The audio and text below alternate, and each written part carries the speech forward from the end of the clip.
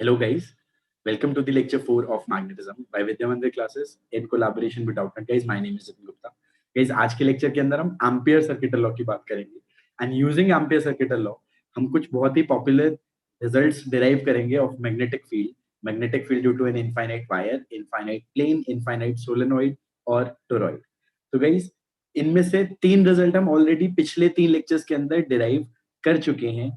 And guys, हम बस ये देखेंगे कि एम्पियर सर्किटल लॉ को यूज करके इन सारे केसेस के रिजल्ट बहुत ही इजीली हम डिराइव कर सकते हैं. तो गाइस, पहले before we use ampere circuital law to derive all these results, एक बार ये रिजल्ट्स फिर से रिकैप कर लेते हैं कि क्या क्या रिजल्ट्स हमने डिराइव करे थे. All the results that we derived यहाँ पे. तो पहले था एक इनफाइनाइटली लॉन्ग वायर जो कुछ लेट से आई करंट कैरी कर रही है यहाँ पे. उससे कुछ वायर से आर डिस्टेंस की दूरी पे अगर एक कोई पॉइंट पी है तो उस पॉइंट पी पे magnitude of magnetic field is mu naught I divided by 2 pi. Similarly guys, in the last lecture 3 of magnetism, we derived कि एक infinitely long solenoid we have and अगर उसके अंदर कुछ current I move कर रहा है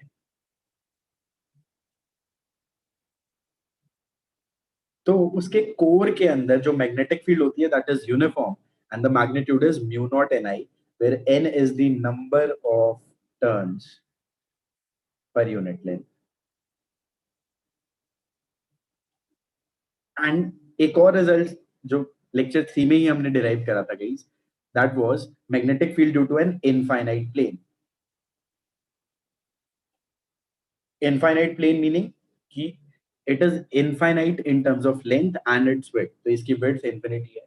एंड हमने अगर यहाँ पे कुछ क्वांटिटी डिफाइन कर दी है कि which is the current per unit width, तो the magnetic field at any point due to this infinite plane is mu naught k by 2. Again it was uniform कि कहीं पे भी जाऊंगा, यहाँ पे देखूंगा, यहाँ पे देखूंगा, यहाँ पे देखूंगा, मैग्नीट्यूड भी mu naught K by 2. And guys, right hand thumb rule से फिर हमें डायरेक्शन भी मिल रही थी कि वो राइट की डायरेक्शन. सो गाइस, ये सारी चीजें we already derive and we are going to derive them again using ampere circuital law. So first let's talk about Ampere circuital law. क्या, what is Ampere circuital law? तो guys, illustrate करने के लिए, to illustrate Ampere circuital law, मैंने क्या करा है, यहाँ पे मेरे पास कुछ मैंने 4 वायर्स लिए. I have taken 4 wires. चारों वायर्स के अंदर अलग अलग करंट्स लिए हैं, डायरेक्शंस भी अलग अलग कुछ रैंडम लिए हैं. कि एक वायर के अंदर करंट I1 है, एक के अंदर I2 है, एक के अंदर I3 है, एक के अंदर I4 है. All the wires are parallel, alright. And कुछ वायर्स के अंदर करंट लेफ्ट टू राइट जा रहा है, कुछ वायर्स के अंदर करंट राइट टू लेफ्ट आ रहा है. एंड गाइस, मैं यहां से अगर इस पूरे सेटअप को देखता हूं, if I look at the setup from left, तो मुझे इन वायर्स के बस ये क्रॉस सेक्शंस दिखेंगे. तो I have drawn that side view, इसको बोलूंगा मैं side view of the wires या cross sectional view of the wires. And इसके अंदर मुझे 4 वायर्स दिख रही हैं. तो मुझे क्या दिख रहा है कि जब मैं यहां से देख रहा हूँ, इस पॉइंट से देख रहा हूँ, तो I1 मुझसे करंट दूर लेके जा रही है, मतलब इनटू द प्लेन लेके जा रही है, अवे फ्रॉम मी.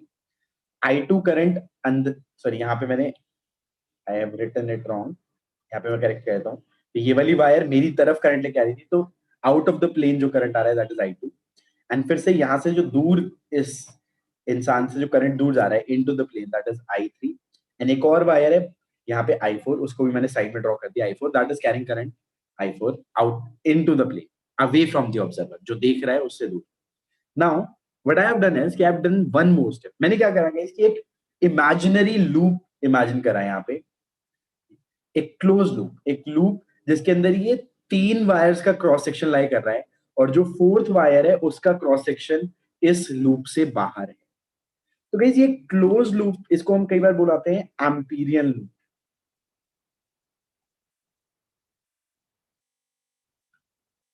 एंड इस लूप की बात करते हैं फर्स्ट ऑफ ऑल. तो जब मैं ये लूप इमेजिन कर रहा था, तो मैंने एक तो लूप इमेजिन करा. Second thing that I imagine was कि इसके अंदर एक डायरेक्शन ऑफ सर्कुलेशन, कि मैं इस लूप के अलोंग अगर मूव करूंगा तो I can move in the clockwise direction और the anti clockwise direction, totally up to me. But मैंने डिसाइड करा, because it was my choice, I want to move in the clockwise direction. तो I am moving along the loop in the clockwise direction. तो guys, जैसे ही मैंने direction of circulation, यहाँ पे direction of circulation अगर मैं बोलता हूँ, क्लॉकवाइज इमेजिन करी है। तो what I do is if I use my right hand and curl the fingers of my right hand in the clockwise direction looking from above, तो मेरा जो thumb है वो into the plane point कर रहा है अंदर की तरफ। तो अंदर की तरफ पॉइंट कर रहा है, तो यहाँ पे क्या हो जाता है कि guys इसकी एक डायरेक्शन सेट हो जाती है कि मेरे पास एक अंदर की डायरेक्शन है, एक बाहर की डायरेक्शन है। तो जैसे ही मैंने यहाँ पे क्लॉकवाइज डायरेक्शन सर्कुलेशन सेट करी है, I have taken this direction, the into the plane direction as the positive direction and out of the plane direction as the negative direction. What does this mean? This means कि currents that are into the plane will be taken as positive, and then currents which are out of the plane will be taken as negative. तो मैंने currents के साथ एक sign associate कर दिया है। तो गाइस करंट की डायरेक्शन को देखकर मैं बोल सकता हूँ कि ये करंट पॉजिटिव है या फिर ये करंट नेगेटिव है, करंट की डायरेक्शन को देख के। यहाँ पे फिर से आते हैं,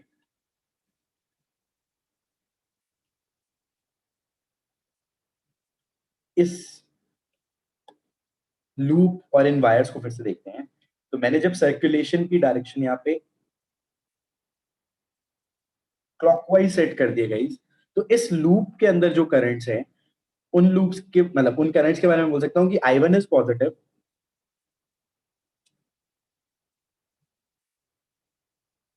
I3 is positive and I2 is negative. And इस फिर मुझसे पूछा गया है कि what is the current enclosed by the loop. तो यहाँ पे मैं लिख रहा हूँ I enclosed, which is the current enclosed by the loop. तो गाइस यहाँ पे अगर मैं ध्यान से देखता हूँ तो क्या क्या करंट्स इस वायर के, जो ये लूप है सॉरी, इस लूप के अंदर कौन कौन से करंट लाई कर रहे हैं, I1 I2 I3। बट अगर मुझे टोटल बताना हो कि what is the total current enclose, तो हो जाएगा प्लस I1 माइनस I2 क्योंकि I2 is taken negative, plus I3, this the current. And I4 बाहर है इस लूप के, तो I4 को हम एनक्लोज्ड करंट के अंदर काउंट नहीं करें। तो दैट इज वन पार्ट कि एनक्लोज्ड करंट कैसे लिखना होता है। तो हमने वो लिख दिया कि current enclosed is this. Now the next thing is कि गाइस इसके लूप पे, यहाँ पे इस लूप पे कहीं पे भी एक पॉइंट पी ले लेता हूं मैं। तो इस पॉइंट पी पे इस लूप के अलोंग मुझे एक डिस्प्लेसमेंट लेनी है, इस लूप की बाउंड्री के अक्रॉस। तो यहाँ पे मैं ऐसा एक वेक्टर ले लूंगा, एक स्मॉल वेक्टर, जिसको मैं बोल दूंगा dl vector which is along the boundary. और इस पॉइंट पी पे मैं देखूंगा कि ये जो चारों वायर्स है, इन चारों वायर्स की वजह से नेट मैग्नेटिक फील्ड कितनी है। And if I look at this, may be इस डायरेक्शन में मैग्नेटिक फील्ड आ रही है, तो इन दोनों के बीच में एंगल गाइस कुछ थीटा है।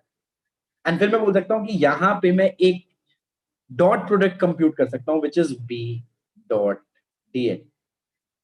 तो गाइस अब मैं क्या करूंगा, मैं फिर नेक्स्ट एलिमेंट पे मूव करूंगा, नेक्स्ट एलिमेंट पे मूव करूंगा, वहां पे मैग्नेटिक फील्ड देखूंगा, मे बी वो चेंज हो गई होगी, उसकी डायरेक्शन चेंज हो गई होगी। एंड ऐसे में अक्रॉस द लूप मूव करते हुए, अलोंग द लूप मूव करते हुए, मैं यहाँ पे डीएल वेक्टर्स देखूंगा, उनकी लोकेशन पे बी देखूंगा, और ऐसे में बहुत सारे डॉट प्रोडक्ट्स लेता जाऊंगा। एंड यहाँ पे आ जाएगा B1 dot DL, next element पे बी2 डॉट डीएल, थर्ड एलिमेंट पे बी3 डीएल। तो ऐसे मैंने अगर इनफाइनाइटली मेनी पार्ट्स में डिवाइड कर दिया लूप को, तो हर पार्ट पे मैंने बी डॉट डीएल कैलकुलेट करके, and then I add all those b dot dls. I can add those b dot dls because b dot dl is a scalar quantity. तो मैं उनको न्यूमेरिकली ऐसे ही algebraically add कर सकता हूँ। तो what I do is कि I add all those b dot dl। उसका मतलब क्या हुआ हमारे कि इंटीग्रेट कर दिया, ऐड कर दिया सारे उनको, तो इंटीग्रेट कर दिया अलोंग द क्लोज लूप। तो ये सर्कल बना दिया। सर्कल इसलिए बनाया कि I am moving across this loop which is a close loop and I am adding B dot DL. तो अमेजिंगली क्या आएगा कि ये जो वैल्यू आएगी जब मैं सारे बी डॉट डीएल्स को ऐड कर दूंगा along the close loop, this comes out to be equal to mu naught I enclosed, mu naught times I enclosed. This is my Ampere's circuital law, and you can treat it as a universal law. You can assume that this is valid always, this is going to be always valid. तो यहाँ पे guys जो मैंने diagram use करा है for the figure shown,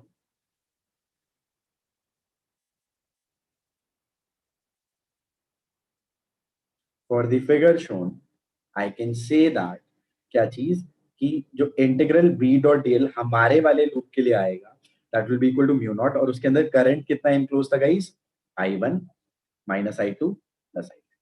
So this is very very amazing. Why is this amazing? Let's see. कि अगर मैं गाइस इसी लूप को वापस से पेस्ट कर देता हूँ with all the wires shown, तो यहाँ पे अगर मैंने एक रैंडमली पॉइंट पी लिया है और यहाँ पे मैं मैग्नेटिक फील्ड देख रहा हूँ इस पॉइंट पी पे, I'm looking at the magnetic field at this point P. So then I can say that कि क्योंकि मैग्नेटिक फील्ड तो गाइस यहाँ पे I4 भी क्रिएट कर रही है, I1 भी क्रिएट कर रही है, I2 भी क्रिएट कर रही है, I3 भी क्रिएट कर रही है, then what I can say is कि magnetic field eight P is dependent upon, या फिर हम बोलते हैं फंक्शन किन किन चीजों पे डिपेंड कर रहा है, I1 पे भी डिपेंड करेगा, I2 पे भी डिपेंड करेगा, I3 पे भी डिपेंड करेगा और I4 पे भी डिपेंड करेगा, फोर्थ जो करंट है, फोर्थ जो वायर उस पे भी डिपेंड करेगा। So it is function of all these four currents.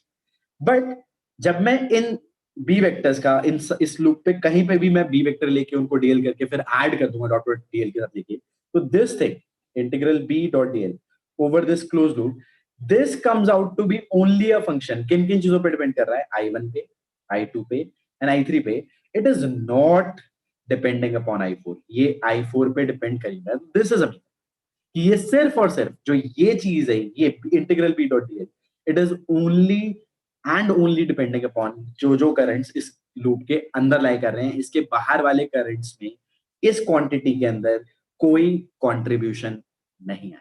तो ये चीज हमें याद रखनी है guys. So this is why this law is again very interesting. And the other thing is कि दिस एनेबल्स अस, ये law this enables us to determine the magnetic field of highly symmetric cases. तो मैं यहां पे बोल सकता हूं कि we can use Ampere's law to determine magnetic field of highly symmetric cases, high symmetry cases. So this is going to be the gist of our class today, guys. कि we are going to use this law जो मैंने just अभी state करी है to determine the magnetic field of some very very popular cases. तो यहाँ पे guys जो सबसे पहला popular case है जिसके लिए मैं determine करूंगा, that is magnetic field due to an infinitely long wire. इसका रिजल्ट हमें ऑलरेडी पता है, इसलिए हम वेरीफाई भी कर सकते हैं कि हाँ यार ये ampere circuital law if it actually works और नॉट, ये काम करती भी है या नहीं। तो यहाँ पे गाइस मैं देख रहा हूँ कि करंट आई है, करंट आई ऊपर को जा रहा है, this wire is infinitely long. और यहाँ पे मैंने क्या करा गाइस कि यहाँ पे मैंने एक लूप कंसिडर करा है, क्लोज लूप पर से, जिसको मैं अपना एम्पीरियल लूप बोल रहा हूँ। एंड इस लूप के अंदर जैसे मैंने एम्पीरियल लूप लिया, first step is imagining a loop, the second step is क्या चीज, to imagine a direction of circulation. और यहाँ पे मैं गैस बाय डिफॉल्ट मुझे दिख रहा है कि मैं ऊपर से देखूंगा यहाँ पे, तो ऊपर से देखते हुए मैं इसकी जो डायरेक्शन ऑफ सर्कुलेशन है that has to be in this direction, ताकि जो मेरा करंट इस वायर के अंदर हो जाए वो करंट पॉजिटिव आ जाए। एंड देन आई कैन से कि यार इस लूप पे अगर मैं देखता हूं, इसका टॉप व्यू देखता हूं गाइस, तो this is my loop and यहाँ पे एक वायर है जो करंट आई कैरी कर रही है एंड इसकी सर्कुलेशन की डायरेक्शन ने ऐसे सेट करी है कि ये आई करंट पॉजिटिव आ जाए। एंड गाइस अमेजिंगली हमें पता है कि इस पॉइंट पे इसके इस लूप के किसी भी पॉइंट पे जो मैग्नेटिक फील्ड की डायरेक्शन होगी वो इस डायरेक्शन में होगी, this is the direction of magnetic field. और जो मेरा डीएल वेक्टर होगा वो तो अलोंग द लूप टेंजेंट के लॉन्ग ही होगा, तो यहाँ पे ये डीएल वेक्टर भी इस डायरेक्शन में होगा। तो मैं ये बोल सकता हूं कि फिर जब मैं इस लूप के अलोंग ये चीज कंप्यूट करता चला जाऊंगा, integral B dot DL,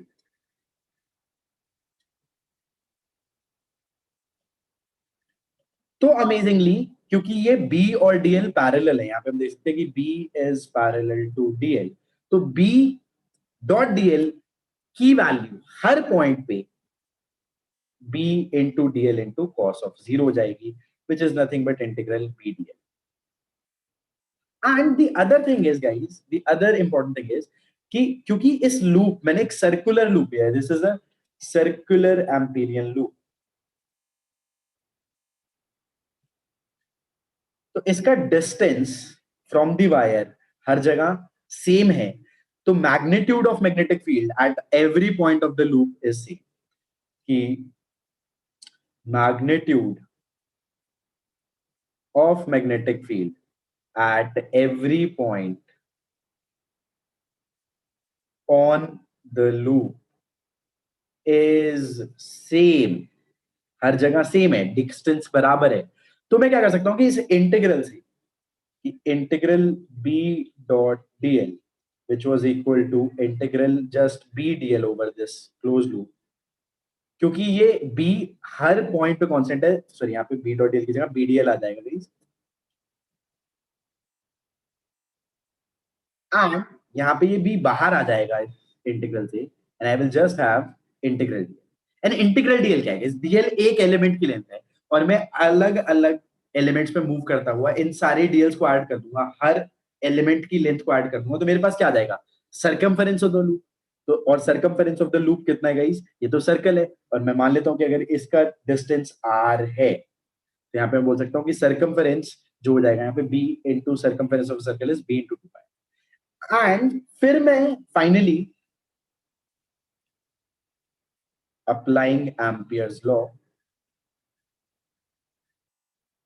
I can say this कि this integral b dot dl which we computed just now, which is b into 2 pi r, that has to be equal to mu naught into I enclosed, और I कितना अंदर कितना current enclose है?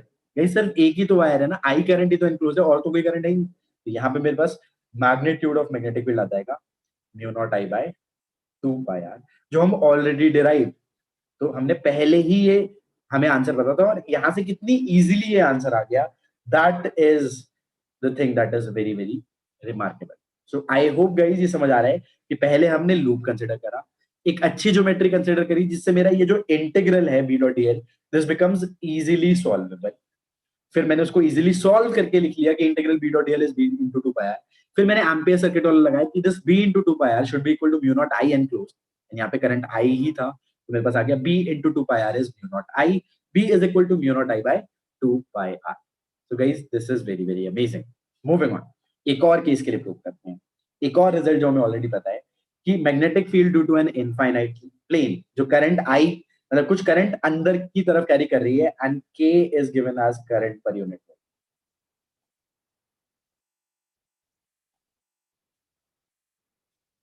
तो guys यहाँ पे अब मुझे इमेजिन करनी है क्या चीज, मुझे एक तो ये चीज पता है कि ऊपर वाले पार्ट में जो मैग्नेटिक फील्ड है उसकी डायरेक्शन राइट को है, नीचे वाले पार्ट में जो मैग्नेटिक फील्ड है उसकी डायरेक्शन लेफ्ट को है, और मैं यहाँ पे अपना जो लूप है वो कुछ ऐसा कंसिडर कर रहा हूँ। I am taking a rectangular loop,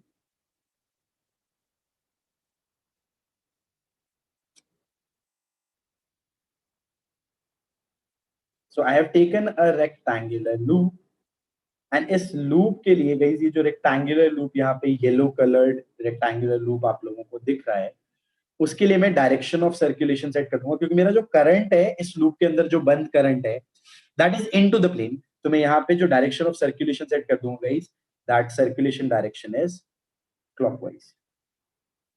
and guys यहाँ पे इंडिविजुअल एलिमेंट्स की मैग्नेटिक फील्ड लिखते हैं, this is sorry individual elements को मार्क कर देते हैं, चार पार्ट्स में मैं लूप को डिवाइड करता हूँ, हॉरिजॉन्टल पार्ट 1 2 3 4, एंड फिर मैं बोल सकता हूँ कि जो मेरा इंटीग्रल b डॉट dl आएगा उसको मैं चार पार्ट्स में डिवाइड कर सकता हूँ, that will B integral b dot dl over part 1 plus integral b dot dl over part 2 plus integral b dot dl over part 3 and integral b dot dl over part 4। चार parts हैं, तो चार parts का मैंने अलग अलग। Now guys अगर इस लूप की मैंने विड्थ कुछ ले रखी है, यहाँ पे लेट से l विड्थ ले रखी है, तो पहले तो मैं बोल सकता हूँ कि इसके अंदर करंट एनक्लोज कितना आएगा, दैट विल बी, क्योंकि k जो हमारा है वो करंट पर यूनिट विड्थ है, और कितनी विड्थ ऑफ प्लेन अंदर लाई कर रही है एल, तो जो टोटल करंट अंदर को जा रहा होगा दैट विल बी के टाइम्स एल। तो अब मैं ये सारी चीजें बोल सकता हूँ कि लेट्स इसको एक बार यहाँ पे फिर से देख लेंगे guys. Let me just copy it and let's paste it. And अब अलग अलग पार्ट्स के लिए निकालना शुरू करते हैं। तो first of all integral B dot D L for part one, पहले पार्ट वन के लिए निकाल लेते हैं। तो पार्ट वन के लिए गाइस मैग्नेटिक फील्ड भी राइट को है, सारे डीएल वेक्टर्स भी राइट को हैं, और मैग्नेटिक फील्ड यूनिफॉर्म है क्योंकि इन सबका spacing from the plane is same, तो मैग्नेटिक फील्ड अलग क्यों होगी, नहीं होगी क्योंकि डिस्टेंस सेम है। तो यहाँ पे मैं बोल सकता हूँ कि ये जो वैल्यू आ जाएगी इंटीग्रल बी डॉट डीएल ऊपर वाले पार्ट के लिए जब मैं करता हुआ जाऊंगा तो वो आ जाएगा guys B into L. B into the length, B same है, बी बाहर आ जाएगा, तो मैं इसको ऐसे अगर प्रॉपर्ली लिखना भी हो तो first of all this will become integral B dl, और फिर मैं बी को बाहर ले आऊंगा तो this will become B integral dl, और सिर्फ पार्ट वन पे जो सारे एलिमेंट्स को ऐड कर दूंगा तो वो length of this first part बन जाएगी which is just B into L. Similarly, guys, moving on to the next part, integral b dot dl for part 2, and that will be 0. Why it will be 0? Because on part 2, magnetic field is perpendicular to dl. अगर ये चीज digest नहीं हो रही guys तो एक बार just imagine करके देखो कि यहाँ पे इस वाले ये वाला जो ब्रांच है इसके लिए सारे डीएल वेक्टर्स नीचे की तरफ हैं, और हमें पता है कि मैग्नेटिक फील्ड राइट की तरफ है, तो इन दोनों के बीच में क्या एंगल आ गया गाइस इस वाले पार्ट के लिए, दैट विल बी 90, और फिर B dot dl, B into dl into cos of 90 zero हो जाएगा हर एलिमेंट के लिए इस पार्ट 2 पे, तो वो जीरो आ जाएगा। सिमिलरली गाइस मैं बोल सकता हूँ कि फिर integral B dot dl for part 3, वो फिर से क्या हो जाएगा, मैग्नेटिक फील्ड लेफ्ट को है, लेंथ एल है, और डीएल वेक्टर और बी सारे सेम डायरेक्शन में पॉइंट कर रहे हैं, तो ये आ जाएगा B into L. And similarly guys fourth part के लिए इंटीग्रल बी डॉट डीएल फिर से, क्योंकि बी सारे वाले पार्ट्स की या तो लेफ्ट को है या राइट को है, और इसके जो फोर्थ पार्ट के डीएल वेक्टर है वो सारे वर्टिकल है, तो मैग्नेटिक फील्ड हॉरिजॉन्टल है, डीएल वेक्टर वर्टिकल है, तो इन दोनों के बीच में एंगल 90 है, तो ये जीरो आता है। तो मैं अब बोल सकता हूँ कि जो मेरा टोटल वो आएगा इस लूप के अक्रॉस, दैट विल बी पहले वाले पार्ट के अक्रॉस बीएल, दूसरे वाले के अक्रॉस जीरो, तीसरे वाले के अक्रॉस बीएल, चौथे वाले के across zero, that will B 2b into l, and according to ampere circuital law that should be equal to mu naught into current enclosed, और हम करंट इनक्लोज लिख चुके हैं कितना, kl, so this is the application of ampere circuital law। और फिर मेरे पास यहाँ पे आ जाएगा कि b into l, 2b into l is equal to k into l, तो l और l कैंसिल आउट हो जाएगा, giving us magnetic field as mu naught k by। So this is again something that we already knew, but हमने Ampere circuital law को use करके बहुत ही easily derive कर लिया कि magnetic field on due to a infinite plane is uniform, distance पे depend नहीं कर रही है, उसका magnitude is mu naught K by. So I hope guys दो केसेस के बाद हम ये इमेजिन कर चुके हैं कि कैसे हम एम्पियर सर्किटल लॉ लगा सकते हैं। एक और case, magnetic field due to an infinitely long solenoid. तो हमारे पास एक सोलेनॉइड है जो लेफ्ट को भी इंफिनिटी की तरफ जा रहा है, राइट को भी इंफिनिटी की तरफ जा रहा है, और अंदर इस सोलेनॉइड के अंदर हमें मैग्नेटिक फील्ड होता है। तो गाइस यहाँ पे कुछ वायर्स रैप अप करके मैंने बीच से यहाँ पे इसको हाइड कर रखा है, ये वायर्स को गायब कर दिया है, बट हर वायर कुछ ऐसे करंट कैरी कर रही है, high amount of current is being carried. तो गाइस मैं इसका यहाँ पे अगर मैं इस टाइप का एक लूप लेता हूँ, let me use colour green, तो ये मेरा एम्पीरियन लूप है गाइस।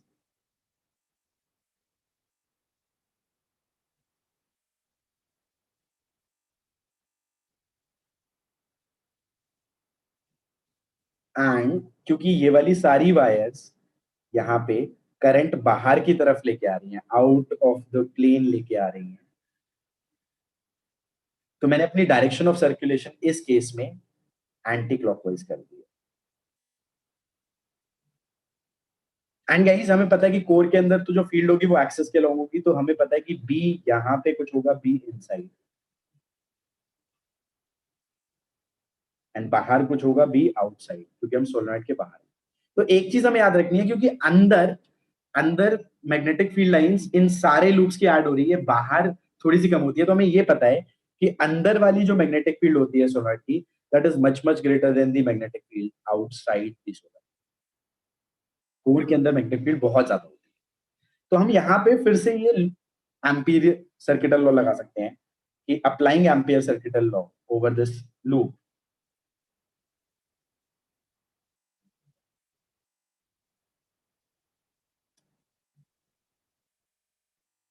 क्या आ जाएगा गाइस कि integral B dot dl. Now last time पे मैंने 4 पार्ट्स में डिवाइड करा था, यहाँ पे भी मैं 4 पार्ट्स में कर सकता हूँ, बट मैं इसको अब इतना डिटेल में लिख लिख के नहीं करूंगा guys. I just want you to imagine, let's start with this part. यहाँ पे अगर मैं बोलता हूँ कि इस लूप की मैंने कुछ लेंथ अज्यूम कर ली है, इस लूप की मैंने कुछ लेंथ अज्यूम कर ली है गाइस एल, और मैंने इस पूरे सोलेनॉइड के लिए ये क्वांटिटी कर दी है कि that is number of turns per unit length.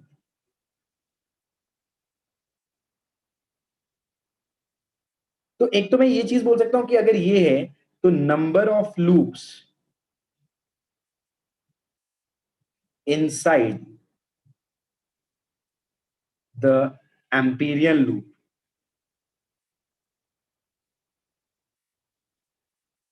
कितने हो जाएंगे इसकी, ये वाला जो लूप है इसके अंदर ये 1 2 3 ऐसे कितने टर्न्स होंगे वो मैं देख सकता हूं, क्योंकि मुझे पता है कि number of turns per unit length कितनी है और इसकी लेंथ कितनी है लूप की, एल है।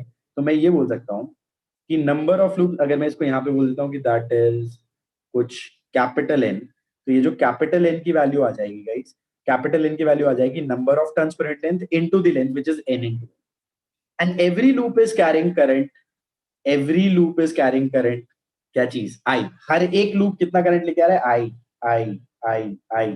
तो मैं यहाँ पे ये बोल सकता हूँ कि टोटल करंट कितना एनक्लोज है इस लूप के अंदर, टोटल करंट है गाइस हर लूप आई करंट, और कितने लूप है कैपिटल एन, तो that will be capital N times I, या फिर N into L into I. तो ये मेरे पास टोटल करंट जो एनक्लोज है इस लूप के अंदर। एंड फिर अब मैं इंटीग्रल बी डॉट डीएल लिखूंगा गाइस। तो इंटीग्रल बी डॉट डीएल देखो, पहले वाले एलिमेंट के लिए बी लेफ्ट को है, और यहाँ पे इसके जो ऊपर वाली जो ब्रांच है उसके सारे डीएल वेक्टर भी लेफ्ट को है, तो B dot DL will just become B DL. B हर जगह सेम है, तो बी बाहर आ जाएगा इंटीग्रल से, और यहाँ पे ये वाली वैल्यू जो आ जाएगी इंटीग्रल बी डीएल पहले वाले पार्ट के लिए वो आ जाएगी बी इंटू ए। फिर कहीं जब दूसरे वाला पार्ट देखूंगा, ये वाला पार्ट देखूंगा, तो यहाँ पे बी हॉरिजॉन्टल है और इसके सारे एलिमेंट, यहाँ पे इसके सारे एलिमेंट ये वाला जो वो है वो सारे वर्टिकल हैं, तो यहाँ पे सेकंड पार्ट के लिए वो 0 आ जाएगा। फिर यहाँ पे देखूंगा गाइस, तो यहाँ पे फिर से बी और डीएल वेक्टर सारे पैरेलल हैं, ये और ये एक ही डायरेक्शन में पॉइंट कर रहे हैं गाइस, तो यहाँ पे फिर से आ जाएगा। और यहाँ पे ये मैं प्रॉपरली लिखता हूँ क्योंकि अंदर वाले पार्ट की मैग्नेटिक फील्ड बाहर वाले पार्ट से लगे, तो यहाँ पे आ जाएगा बी इनसाइड इनटू एल पहले वाले पार्ट के लिए, फिर 0 plus B outside into L, and last वाला जो पार्ट है अपना, ये वाला जो पार्ट है गाइस, इसके लिए सारे डीएल वेक्टर वर्टिकल है, ये वाला जो पार्ट है मेरा, इसके सारे डीएल वेक्टर वर्टिकल है, मैग्नेटिक फील्ड हॉरिजॉन्टल है, यहाँ पे ये आ जाएगी वैल्यू +0, क्योंकि B and dl are perpendicular. तो मैं यहाँ पे बोल सकता हूँ कि जो टोटल फील्ड आई है मेरे पास, सॉरी जो ये टोटल वैल्यू आई है इंटीग्रल बी डॉट डीएल की, that is B inside plus B outside into L. And guys मैंने पहले ही बोला था कि यार ये जो बी इनसाइड है, this B inside is much much greater than B outside, तो इन दोनों का सम अप्रोक्सीमेटली किसके बराबर होगा, बी इनसाइड के बराबर ही होगा। तो यहाँ पे मेरे पास आ जाएगा कि this is just B inside into L, and according to Ampere circuital law ये वैल्यू होनी चाहिए mu naught into the current enclosed, और करंट एनक्लोज कितना है guys, N into L into I. Guys फिर मैं देख सकता हूँ एल और एल दोनों साइड कैंसिल आउट हो जाएगा, और मेरे पास अंदर जो मैग्नेटिक फील्ड आ जाएगी इनसाइड द कोर वो आ जाएगी mu naught into N into I, क्योंकि ये वाला एल इस वाले एल के साथ कैंसिल हो गया। तो अगेन ये रिजल्ट हमें ऑलरेडी पता था, बट हमने फिर से ये रिजल्ट गाइस डिराइव कर लिया कि एक सोलेनॉइड के कोर के अंदर मैग्नेटिक फील्ड कितनी होती है। So I hope guys this is clear. Moving on, जो एक अदर इंटरेस्टिंग केस है गाइस मेरे पास, that is magnetic field due to toroid. तो टोरॉइड क्या है गाइस कि हमने वायर को वी हैव टाइटली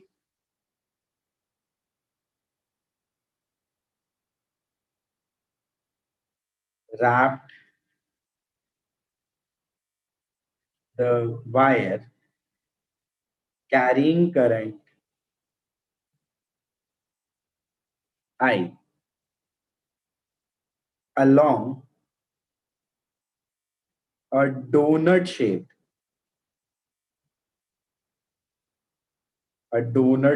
core.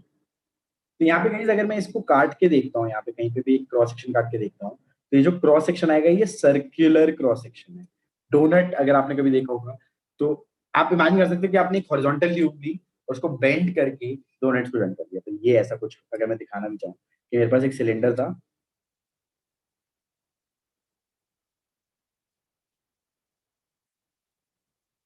और मैंने सिलेंडर के दोनों एंड्स को, इस सिलेंडर को बेंड करा,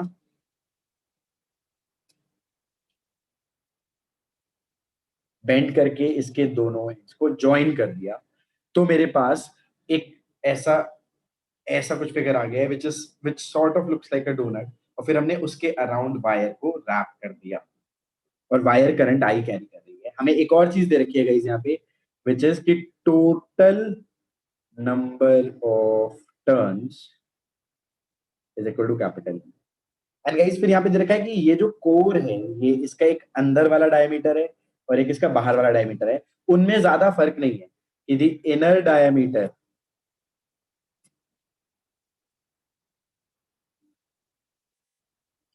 inner diameter is very very close to the outer diameter।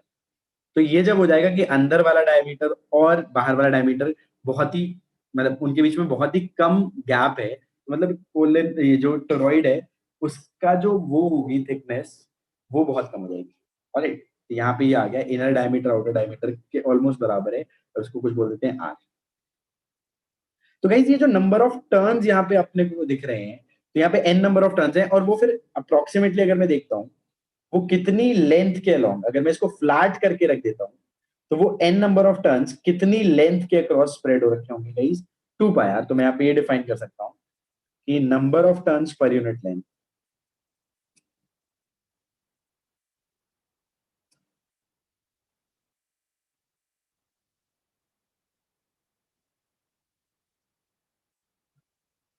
That is equal to total number of turns, और कितनी लेंथ पे हमने स्प्रेड कर रखे हैं वो 2 पाई आर सर्कमफेरेंस के अलोंग स्प्रेड कर रखे हैं। तो that is my number of turns per unit length. The second thing this is कि अगर मैं इसको काट देता हूँ, यहाँ पे इस प्लेन में काट के देखता हूँ, यहाँ पे ले आता हूँ, let's copy this figure, paste it on the next page. And guys मैं बोल रहा हूँ कि इसका क्रॉस सेक्शनल व्यू अगर मैं देखूंगा, काट देता हूँ कि डोनट को आधा आधा काट दिया, ऊपर वाला पार्ट और नीचे वाला पार्ट अलग कर दिया, और फिर मैंने नीचे वाले पार्ट को जो मेरे को काटने के बाद क्रॉस सेक्शन दिख रहा है वो देख रहा हूँ। That is called the cross sectional view. The cross sectional view looks something like this।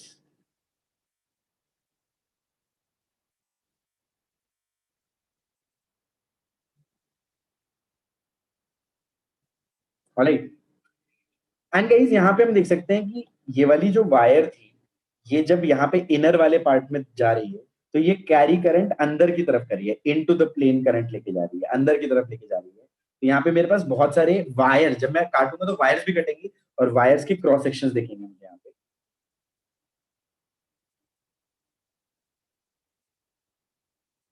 और ये सारी की सारी wires current into the plane लेके जा रही है।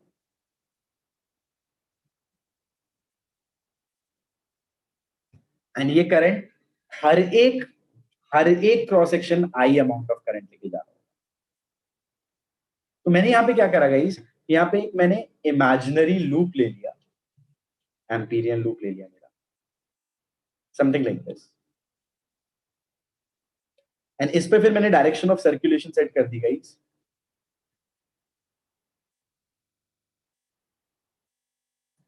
इन दी क्लॉकवाइज डायरेक्शन, ताकि जो भी करंट अंदर को जा रहा है वो पॉजिटिव बन जाए। एंड फिर मैं बोल सकता हूं कि यार टोरॉइड के अंदर गाइस सारी फील्ड्स टेंजेंशियल नेचर की होती है, तो मैग्नेटिक फील्ड सर्कुलर लूप बना रही होती है। तो यहाँ पे अगर मैं इस पॉइंट पे कहीं पे डीएल वेक्टर देखता हूँ तो मैग्नेटिक फील्ड भी इसके पैरेलल है।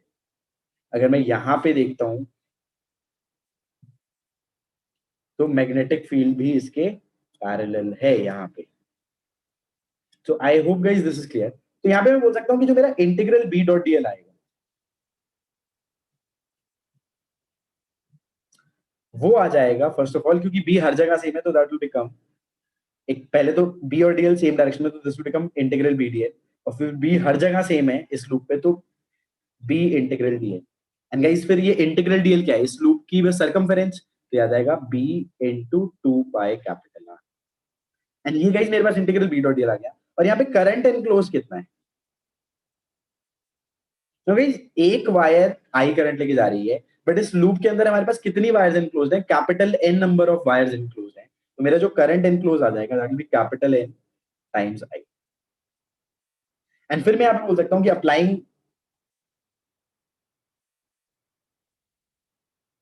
एम्पियर लॉ या Ampere's law, what I get क्या, integral B dot DL is equal to mu naught I enclosed. तो इंटीग्रल बी डॉट डीएल की वैल्यू हम निकाल चुके हैं guys, B into two pi R, और करंट एनक्लोज हम निकाल चुके हैं, that will be mu naught capital N divide by I, sorry into I. यहाँ पे मैं टू पाई आर को यहाँ पे नीचे ले जाऊंगा गाइस डिनोमिनेटर में राइट हैंड साइड के, तो मेरे पास आ जाएगा कि B is equal to mu naught n divided by 2 pi capital R into I. And guys n by 2 pi R कितना हो जाएगा guys यहाँ पे, n by 2 pi R will be equal to क्या चीज, mu naught n by 2 pi R will be small n, total number of turns n 2 pi R length में बिछे हुए हैं, तो n divide by 2 pi R number of turns per unit length into I। तो ये solenoid वाला ही formula आ गया, but इसको बहुत ही नीट तरीके में लिख लेते हैं कि फर्स्ट ऑफ ऑल ये जो टोरॉइड होता है उसके अंदर ये जो फील्ड होती है वो सर्कुलर होती है guys,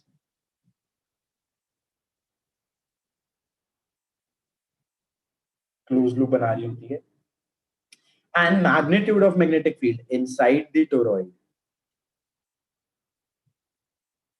is equal to mu naught ni. So guys, this is a result that you can also memorize. पहले तीन तो मैं पहले ही बोल चुका हूँ कि याद रखने हैं, but this is also a very important and interesting result. तो guys, ये सारी चीजें हम कर सकते हैं, बहुत ही इजीली हम मैग्नीट्यूड ऑफ मैग्नेटिक फील्ड निकाल सकते हैं यूजिंग एम्पियर सर्किट लॉ। बस हमारे पास एक सिमेट्री होनी चाहिए, अच्छी खासी सिमेट्री होगी, तो सिमेट्री से क्या होगा कि वो जो इंटीग्रल बी डॉट डीएल है, सिमेट्री इंश्योर्स, ये जो हमारा इंटीग्रल बी डॉट डीएल है ये इजी हो जाए निकालना, ये जो डॉट प्रोडक्ट है ये बहुत इजी हो जाए, हमें एंगल, हमें डायरेक्शन ऑफ मैग्नेटिक फील्ड और लूप के ऊपर जो एलिमेंट है उनमें एंगल देखना, या तो 0 या 90 या मैग्नेटिक फील्ड 0 होनी चाहिए। तो यहाँ पे हम बस ये बोल देंगे कि सिमेट्री इंश्योर्स कि integral B dot dl should be easily computable, कि हम इसको निकाल लें, और अगर एक बार हमने इसको इजीली निकाल लिया तो फिर हम इसको बस mu naught I enclose से इक्वेट करके, इक्वल करके, we can easily figure out the magnetic field inside the toroid. तो गाइस आई होप जो भी आज हमने डिस्कस करा वो सारी चीजें बढ़िया से क्लियर है, एम्पियर सर्किट लॉ को कैसे अप्लाई करना है वो सारी चीजें क्लियर है। तो आपके जो ट्यूटोरियल होंगे उसके अंदर और थोड़े से एडवांस लेवल क्वेश्चन होंगे, जो बहुत अच्छे क्वेश्चंस एम्पियर सर्किट लॉ से पूछे जा सकते हैं। सो गाइस ये सारी चीजें एक बार देख लो, एम्पियर सर्किट लॉ खुद से अप्लाई कर लो, फिर इसके ऊपर क्वेश्चंस कर लो, जो ट्यूटोरियल में क्वेश्चन होंगे वो कर लो, and I think that will be more than enough for your school as well as JEE Mains and JEE Advanced, and you will be able to solve all the problems. So guys, next class के अंदर अब हमें magnetic field निकालना आ गया है, सारे element कोई भी ज्योमेट्री दे दो तो हम निकाल लेंगे, जो सबसे पॉपुलर ज्योमेट्रीज है उन सारे केसेस का हमने मैग्नेटिक फील्ड निकालना सीख लिया है।